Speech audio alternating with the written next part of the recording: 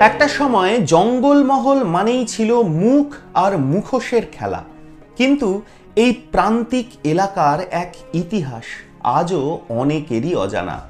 British আমলে জঙ্গলমহল ছিল সশস্ত্র বিপ্লবীদের আখড়া, কিন্তু আজ কেমন আছে সেই সব জায়গা, সেই সমস্ত ইতিহাস কেমন মনে রেখেছে সেখানকার মানুষ, সব বলবো এই গুরুত্বপূর্ণ প্রতিবেদন শেষ অবধি দেখুন। আমি দীপেন্দু, দ্য নিউজ বাংলা লাইভে আপনাদের স্বাগত জানাই। এখানকার ঘন জঙ্গলে ঢাকা এলাকার সুবিধা নিয়ে বিপ্লবীরা অবাধে লুকিয়ে থাকতে পারতেন।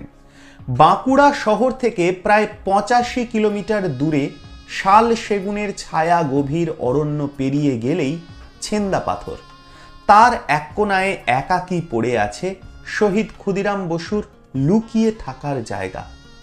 অম্বিকানগরের রাজা রায়চরণ ধবলদেবের সহযোগিতায় ক্ষুদিরাম, বারিন ঘোষ, নরেন গোসাইরা এই দুর্গম অরণ্যে ঘেরা ছেন্দা পাথরকে বেছে নিয়েছিলেন বোমা বানানো, অস্ত্র প্রশিক্ষণ ইত্যাদি কার্যকলাপের জন্য।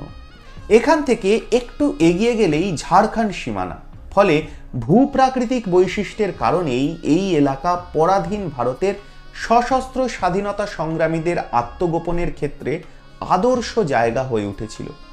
এই স্থানে একটা মাটির ঘর ছিল, যার মধ্যে লুকানো ছিল গুহা। কথিত আছে এই গুহা নাকি অনেক দূর অবধি বিস্তৃত।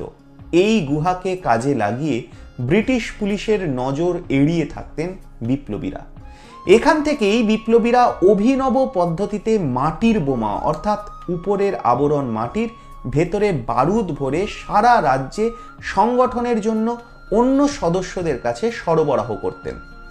স্থানীয় ছেন্দাপাথর হাই স্কুলের শিক্ষক মানসবাবু জানান, সেই সময় স্থানীয়রা অনেক বিপ্লবীদের এই ধরনের কাজকর্মে সাহায্য করতেন, অথচ তাদের নাম ইতিহাসের পাতায় কোথাও লেখা নেই। বর্তমানে ছেন্দাপাথরের মাটির গুহা সরকারি উদ্যোগে ইটে বাঁধানো কুয়োর রূপ পেয়েছে।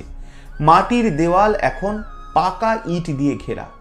ক্ষুদিরাম, বারিন ঘোষরা না থাকলেও তাদের কর্মস্থান আজও সমানভাবে অনুপ্রেরণা হয়ে থেকে গিয়েছে। তবে জায়গাটা সাধারণ মানুষের কাছে তুলে ধরার জন্য আরও অনেক বেশি উদ্যোগের প্রয়োজন, তাই না? আপনারা কি বলেন? আপনাদের মূল্যবান এবং গুরুত্বপূর্ণ মতামত জানান দ্য নিউজ বাংলা লাইভের কমেন্ট সেকশনে, আর দেখতে থাকুন দ্য নিউজ বাংলা লাইভ। দুর্নীতি রাজনীতির বাইরে এই ধরনের সব খবর জানতে চোখ রাখুন কেবলমাত্র দ্য নিউজ বাংলা লাইভ।